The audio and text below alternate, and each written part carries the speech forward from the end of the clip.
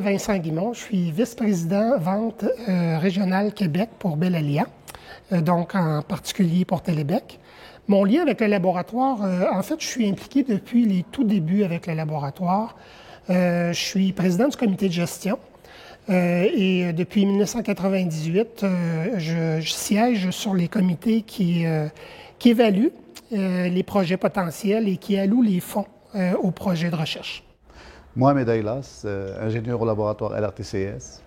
Alors, mon nom c'est Nadir Hakem, je suis professeur à l'Université du Québec en Abitibi-Témiscamingue dans l'école de génie et je suis attaché au laboratoire de recherche en communication souterraine. Mon nom est Moulay El Azari, je suis étudiant-chercheur en ingénierie.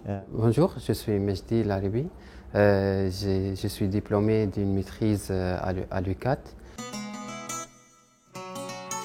Les grands objectifs du laboratoire visent vraiment deux secteurs bien définis. Le premier, celui qu'on regarde depuis les tout débuts du laboratoire, évidemment, c'est la communication en milieu souterrain. On sait que dans les mines, il peut y avoir une dizaine de réseaux parallèles qui servent soit pour transmettre de la voix, des images, des données, de la télémétrie, du contrôle à distance, le dynamitage, et j'en passe. Et de maintenir et d'opérer ces réseaux-là, c'est dispendieux, et deux, ça demande des grands défis. Donc, le but du laboratoire au niveau des recherches souterraines, c'est d'étudier comment se propagent les ondes dans un milieu hostile comme celui d'une mine. Bon, les parois d'une mine sont irrégulières, les corridors sont pas rectilignes, sont sinueux, et ça cause de grands défis au niveau des réseaux de communication. Le deuxième vecteur de recherche, c'est un vecteur qui s'est ajouté il y a quelques années, et c'est un secteur où on tente de trouver des façons d'être plus efficaces dans les réseaux de transmission sans fil toujours, mais pour les régions à faible densité de population. Donc, on sait dans des régions comme les nôtres, les grands défis, c'est d'amener de la couverture partout. Ce n'est pas un défi de capacité, c'est vraiment un défi de couverture. Donc, c'est le deuxième élément sur lequel on se penche à travers les recherches au laboratoire. Amener Télébec à s'associer au laboratoire, initialement, Télébec faisait déjà des investissements en recherche et développement dans le sans-fil, mais ces argents-là sortaient de la région et allaient dans des grands centres à l'extérieur de la région. Donc, à un moment donné, on s'est penché sur la question et on s'est dit, pourquoi est-ce qu'on ne garderait pas ces sous-là ici en région, puis qu'on n'encouragerait pas notre université, l'Université du Québec en Abitibi-Témiscamingue, dans la création de ce laboratoire-là. Donc, bon an, mal an, au fil des années, depuis les 16 dernières années, c'est plus de 8 millions de dollars qui ont été investis par Télébec et sa compagnie sœur, Nortontel, dans la recherche et développement au sein même du laboratoire.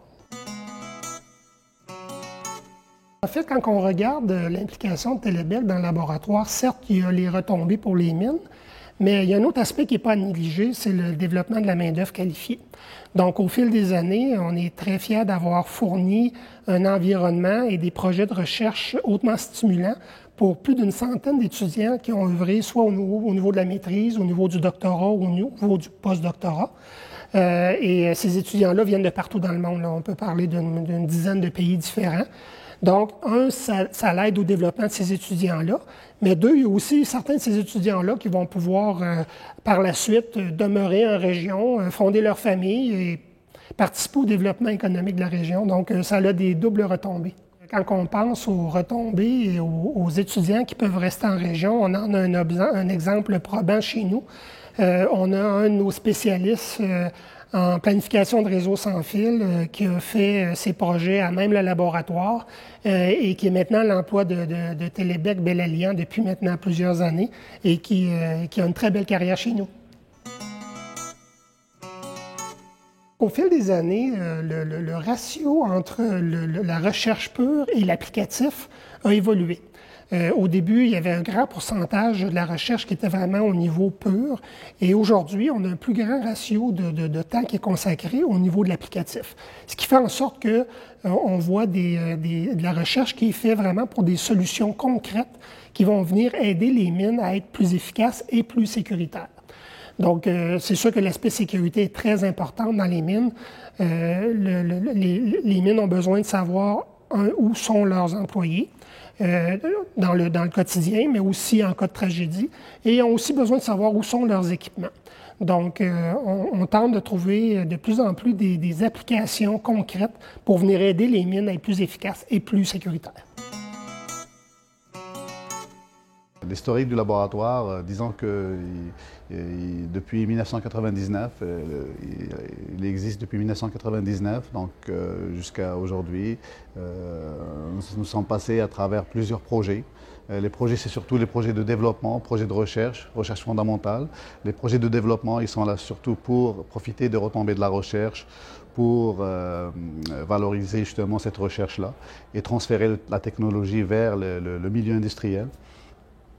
Donc on est passé à travers plusieurs projets, disons des projets pour le multimédia, projets sans fil large bande.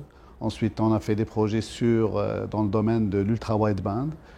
Tous ces projets-là visent à performer les communications disons à haut débit et faire profiter bien sûr le monde souterrain de ces technologies.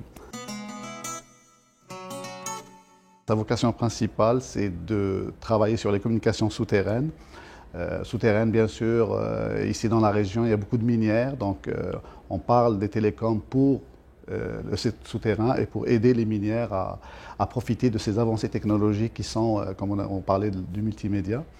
Bien sûr, au fil du temps, on s'est intéressé aussi du fait que cette région est un petit peu isolée dans le nord et les populations sont très réparties. Ils ont de la misère à recevoir les télécommunications de haut débit. Donc on a commencé à s'intéresser aux communications pour ce genre de situation. Donc on parle de zones à faible densité de population. Et là, le laboratoire a orienté les recherches vers cette thématique-là. Donc, quand on parle, par exemple, des unifications des communications souterraines, en amenant toutes les télécommunications sur une infrastructure unique. Donc, on a travaillé sur un projet, généralement, dans les communications souterraines, on utilise le liquifeeder. C'est un médium qui permet d'acheminer l'énergie électromagnétique un petit peu dans toutes les galeries, parce que c'est pas facile de communiquer avec la radio quand on est sous terre. Et ce médium-là, c'est un câble qui va permettre justement d'acheminer cette énergie un petit peu partout dans la mine. Principalement, il est utilisé pour la radio, mais on a travaillé sur un projet pour pouvoir inclure d'autres technologies que la radio, le cellulaire, la vidéo et toute autre technologie, le large bande. Et le projet a permis aussi de véhiculer les communications sans fil, large bande, comme on disait. On a utilisé la technologie Wi-Fi, par exemple, et on a fait un système hybride. Le projet téléopération, c'est un projet qui permet de commander des véhicules, des machines à distance. Donc, quand on parle de distance, on parle en général de deux types de distance. Ou bien on est avec la machine, en visibilité directe avec cette machine-là, ou le cas que nous avons développé, c'est de travailler vraiment d'un bureau, par exemple, et vous êtes n'importe où dans une ville, dans votre confort de bureau, et vous travaillez sur une machine dans une mine. Quand on parle de commander à distance comme ça, deux aspects rentrent en jeu. L'aspect vitesse de transmission, parce que y a beaucoup d'informations qui sont véhiculées pour pouvoir commander les machines à distance. Et l'autre aspect, c'est le temps réel. C'est-à-dire quand je veux faire une action, je veux que ça se fasse tout de suite et il ne faut pas qu'il y ait de délai, sinon ça ne marche pas. Donc ces deux aspects qui suscitent ou qui relèvent des défis qu'on a travaillé dessus pour pouvoir justement arriver à nos fins. Principalement, on travaille sur les communications sans fil. Je vous dirais, depuis le début, on avait commencé, vu la nature du laboratoire dans lequel je travaille, en fait, laboratoire de recherche en communication souterraine, on avait commencé à travailler sur les communications souterraines, plus particulièrement dans l'industrie minière, en fait. Donc, tout ce qui était mine souterraine, on essayait d'étudier tout ce qui était communication sans fil à l'intérieur des galeries, on va dire, ou dans l'environnement ou de l'industrie minière, mais qui était souterraine, parce qu'en fait, il y avait beaucoup de difficultés à faire communiquer des nœuds, ou si vous voulez, à faire passer des communications sans fil à l'intérieur d'environnements miniers souterrains. Donc on avait focusé la plupart de nos études sur essayer de rendre ces communications plus robustes et puis faire passer différentes applications qui sont, je dirais, a priori fonctionnent bien sur Terre, mais sous Terre avaient de la difficulté à cause du fait que je dirais que le rayonnement ou tout ce qui est médium de communication sans fil avait de la difficulté à passer dans l'environnement minier souterrain, à cause des murs qui n'étaient pas tout droits, à cause aussi de l'environnement, le fait qu'on mette ce qu'on appelle des protections métalliques, tout ça là. Donc en fait, ça avait quelques petits problèmes, on va dire, ou une certaine complexité à faire en sorte qu'un signal radio sans fil puisse passer à l'intérieur de cet environnement-là. Donc nos études consistaient à rendre les communications plus robustes et puis que ça soit un peu comme sur Terre, en évitant toutes les difficultés de faire passer une communication sans fil sous terre. Pour rendre une communication plus robuste, on étudie en fait, pour une communication sans fil, en fait, il y a les antennes en fait, qui émettent, en fait, comme si vous prenez n'importe quel téléphone cellulaire par exemple, il y a une antenne qui est dedans même si on ne la voit pas. Donc en fait, en travaillant un peu sur la partie antenne, on pourrait rendre les antennes, entre guillemets, plus adaptées à l'environnement minier.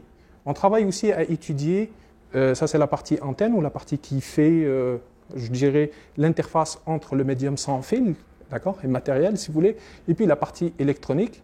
Et il y a aussi l'étude de la partie médium lui-même, comment un signal se propage à l'intérieur d'un environnement minier. C'est-à-dire que si on prend un signal radio, si on est dans un environnement comme celui-ci, donc il a une façon de se propager, de passer, d'accord, d'une antenne émettrice vers une antenne réceptrice. Des phénomènes autres interviennent quand on est sous terre, d'accord, qui sont différents des environnements, je dirais, dans lesquels on est ici de laboratoire. Donc à l'intérieur d'une mine, il va y avoir d'autres phénomènes induits par le fait que les parois, le sol, la présence d'eau, la présence de parois métalliques, de tuyauteries, tout ça, va amplifier la complexité, si vous voulez, de la propagation d'un signal radio. Donc on étudie pour essayer de voir cette complexité-là, comment la rendre à notre avantage.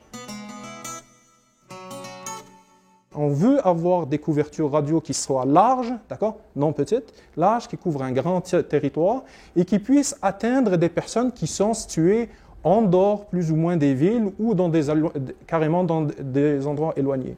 Donc l'idée, c'est d'essayer de inverser un peu, travailler sur le problème dual pour essayer un peu de répondre à un besoin ici dans les régions, je dirais, un peu loin des grands centres, pour essayer d'offrir des couvertures radio ou des couvertures de communication sans fil, je dirais, qui offriraient les mêmes services que dans des grandes villes. Dans nos travaux actuellement, en fait, on a mené jusqu'à maintenant un projet de recherche qui s'est terminé en 2011-2012, qui consistait en fait à essayer d'installer une station de base, à fabriquer, à mettre en place une station de base, un élément qui est nécessaire en fait pour les communications sans fil. Si vous prenez par exemple votre téléphone sans fil, il faut une station de base, pour qu'il puisse interagir avec le réseau de n'importe quel opérateur que vous prenez. Donc, il faut nécessairement une station de base. Donc, dans un projet qu'on avait mené un peu dans le passé, on a réalisé plutôt, une station de base qui est capable d'acheminer tout ce qui était trafic de type voix, d'accord? Parce que pour l'instant, on voit qu'il y a il y a le trafic voix quand vous parlez avec une personne, mais de plus en plus, le besoin va vers les communications de données. On essaye de télécharger des vidéos ou d'envoyer des messages, d'accord? Nous, dans notre premier mandat qu'on a mené par le passé, on avait réalisé une station de base qui était capable, en fait, d'acheminer des communications de type voix. Ça veut dire que si on mettait cette station de base, qui était bien entendu avec des coûts très, très, très raisonnables par rapport à une station de base réelle, et qui était optimisée pour avoir des portées qui étaient longues, d'accord? Donc on parlait de l'ordre d'une dizaine de kilomètres à peu près, et en disposant de cette station de base, on pouvait offrir des communications pour à peu près, je dirais, une vingtaine de personnes. Et ça, c'est une station actuellement qui est en cours de test chez Télébec, d'accord? Parce que c'était le partenaire dans ce projet-là. Donc on a une station de base qui est actuellement déployée pas loin d'Amos et qui est en cours de test. Parce qu'une fois qu'on fabrique des choses dans le laboratoire, elles ne sont pas toutes prête à être utilisée. Donc, il faut qu'il y ait une phase de test pour s'assurer qu'il n'y ait pas de bug, tout ça. Le projet à venir qu'on est en train de mettre en place, c'est d'essayer de travailler avec, je dirais, des partenaires autochtones qui sont généralement, en fait, ou une certaine, en fait, industrie des premiers peuples, en fait, qui s'intéressent aux moyens de communication. Donc, il y a quelques, je dirais, quelques opérateurs, entre autres, qui travaillent un peu sur essayer d'installer des moyens de communication pour atteindre des endroits un peu qui sont éloignés. Et on essaye, en fait, de mettre un partenariat avec eux pour essayer de voir qu'est-ce qu'on pourrait apporter, vu le mandat qu'on a, par rapport à ce qu'eux, ils sont en train de déployer actuellement. Parce que ce que j'en ai compris, à l'état actuel de l'avancement de nos négociations, si vous voulez, c'est qu'ils s'intéressent à faire du déploiement de fibre optique, mais des communications sans fil pourraient être d'un grand intérêt parce que ça permettrait d'offrir une certaine robustesse au réseau fibre optique, et ça permettrait aussi de joindre, parce qu'on n'est pas capable de passer dans tous les villages avec de la fibre optique parce que ça générerait des coûts faramineux. Donc en fait, une communication sans fil viendrait finalement offrir une certaine extension, je dirais, de la fibre optique ou du service de la fibre optique vers des endroits qui seraient situés à une cinquantaine ou une centaine de kilomètres de cette fibre-là. Et puis finalement, avoir un meilleur bénéfice, si vous voulez, de la fibre optique en réduisant finalement les coûts. Si vous voulez, en fait, la fibre optique, c'est un moyen de communication qui offre des très larges... En fait, c'est des gros tuyaux d'information. D'accord? Les communications sans fil, ils ont l'avantage que c'est flexible. Ça veut dire à partir du moment où on déploie 2 antennes, on est capable d'échanger de l'information. On n'est pas obligé, par exemple, si on a un parc, par exemple, à traverser, donc faire passer une fibre à l'intérieur de parc, ça nécessite beaucoup de, si vous voulez, beaucoup de dérogations, et puis ça va générer des coûts. Où est-ce qu'on va mettre la fibre? Est-ce qu'il faut l'enterrer? Il faut la mettre par-dessus des poteaux? C'est quoi l'effet de l'environnement sur cette fibre-là? Donc il faut qu'elle soit protégée. Vous voyez, donc en fait, on a les inconvénients d'une installation filaire. Et ça, c'est présent quelle que soit l'installation filaire. Et à part les coûts qui sont faramineux, généralement, il y a aussi l'entretien de ce support-là. Quand on utilise des communications sans fil, je dirais que le tuyau, il est moins large que la fibre optique, d'accord? C'est certain que c'est moins large, mais on a la flexibilité d'installer ça rapidement. C'est-à-dire que c'est une installation, je dirais entre guillemets, c'est spontané, d'accord? Ça veut dire je viendrai, j'installerai 2 antennes, s'ils sont en vis-à-vis, donc automatiquement les communications commencent. Donc en fait, en termes de temps, en termes de coût, c'est beaucoup plus intéressant et on peut faire ça rapidement, d'accord? On n'attendrait pas, je dirais par exemple pour installer une fibre optique, ça prendrait peut-être 2 ans, par exemple pour couvrir une distance de l'ordre de 300 ou 400 km, c'est des projets qui prennent beaucoup de temps. Communication sans fil, ça pourrait être plus rapide en mettant 2 ou 3 relais rapidement. On est capable en fait de faire peut-être en 3 ou 6 mois rapidement en fait installer une communication sans fil. Donc on a cet avantage-là. Puis on a un autre avantage qu'on appelle l'avantage par robustesse, c'est que si vous disposez d'une fibre, si cette fibre-là lui arrive quelque chose, finalement, bon, à cause des intempéries ou il peut y avoir des problèmes sur cette fibre-là, en fait la communication vient d'être coupée finalement, d'accord? Donc on pourrait envisager des solutions redondantes vis-à-vis de la fibre, mais imaginez-vous que ça peut augmenter les coûts, pas fois 2, mais peut-être un petit peu plus que ça. Une communication sans fil pourrait constituer une solution redondante par rapport à la fibre optique. Donc, la plupart du temps, on voit la fibre optique par rapport aux communications sans fil comme des...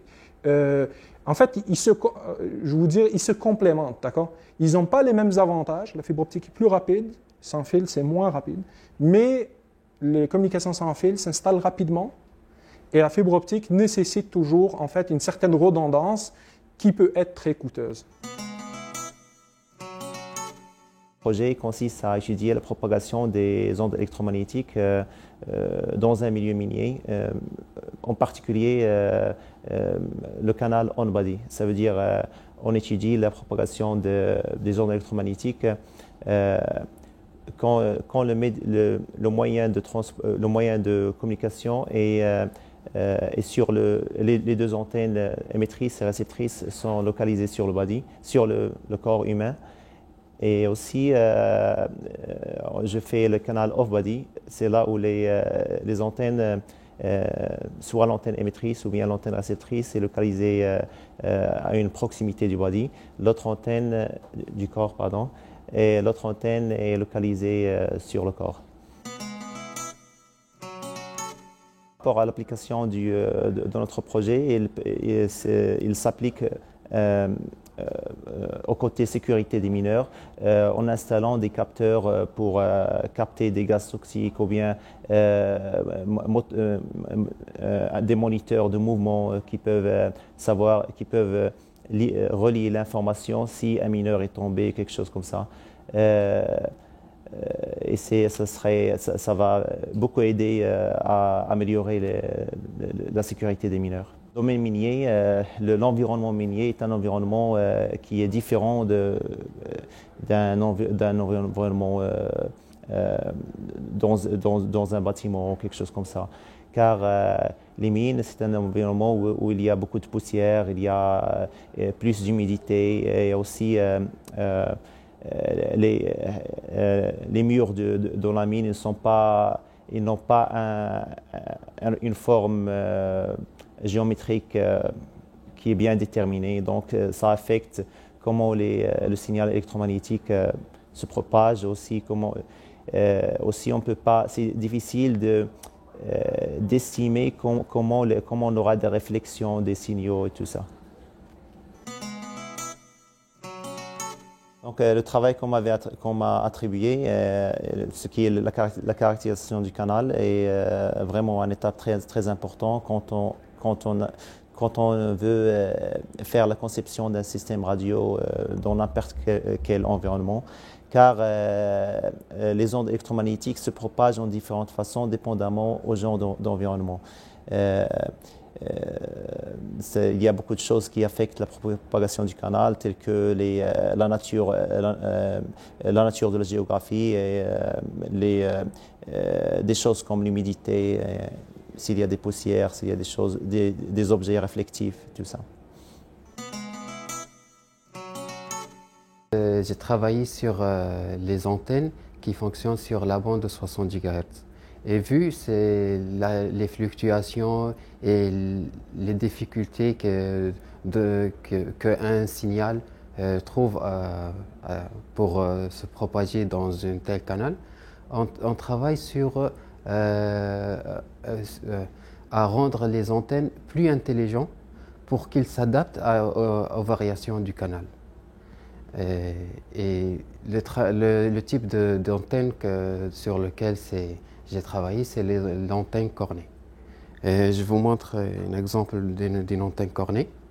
Et la technique qu'on a proposée, c'est d'avoir une antenne cornée qui permette d'augmenter cette inclinaison ou diminuer. C'est augmenter cette surface ou diminuer. Et avec l'augmentation ou la diminution, on pourra focaliser ou défocaliser la puissance émise. La technologie SIW consiste, au lieu d'utiliser, parce qu'une antenne cornée commence par un guidante, puis il y a cette ouverture. La technologie SIW consiste à faire un modèle qui rassemble, qui a les mêmes caractéristiques d'un guidante, en utilisant la technologie planaire. Et la technologie planaire consiste en deux plans métalliques et au milieu d'eux, il y a un substrat. Et à partir des trous, on pourra faire deux lignes de trous et dans ces trous, il y a des vias métalliques. Ces vias permettent de piéger l'énergie entre ces deux rangées de trous. D'un côté, on a besoin des antennes à gain assez élevé parce qu'il y a l'absorption de signal, donc le signal il s'atténue très vite. D'un autre côté, il faut la variation. C'est pour cela qu'on a utilisé les antennes à gain variable, d'où l'utilité de l'antenne. Parfois on veut focaliser plus, parfois on veut jouer sur les ondes qui réfléchissent puis il atteint. Si on veut qu'il réfléchisse, on augmente. Et si on veut le chemin direct, on focalise, ça marche directement vers le récepteur. En conclusion, on peut dire que Télébec est vraiment très fier d'avoir été associé au laboratoire au cours des 16 dernières années. Et on voit d'un bon œil l'avenir du laboratoire pour les années à venir. Il y a déjà 3 beaux projets qui sont dans l'incubateur et qui vont démarrer très, très prochainement. 2 qui sont vraiment reliés aux communications souterraines et un projet sur lequel on a beaucoup, beaucoup d'espoir, qui vise l'amélioration de la couverture cellulaire en région éloignée. Donc, c'est quelque chose sur lequel on pense qu'il va y avoir des retombées très intéressantes. Donc, ces 3 projets-là, qui sont très prometteurs, vont être chapeautés par des sommités mondiales dans le domaine de la recherche. Entre autres, on pense à M. Nadir Hakem, M. Mourad Nedil, M. Naï Kandil et M. Gilles Delisle qui vont œuvrer dans ces projets-là. De plus, on travaille aussi activement sur l'établissement d'une chaire de recherche qui sera éventuellement chapeautée par un nouveau professeur de l'UQAP pour, encore une fois, s'assurer qu'on va veiller à la pérennité du laboratoire de recherche.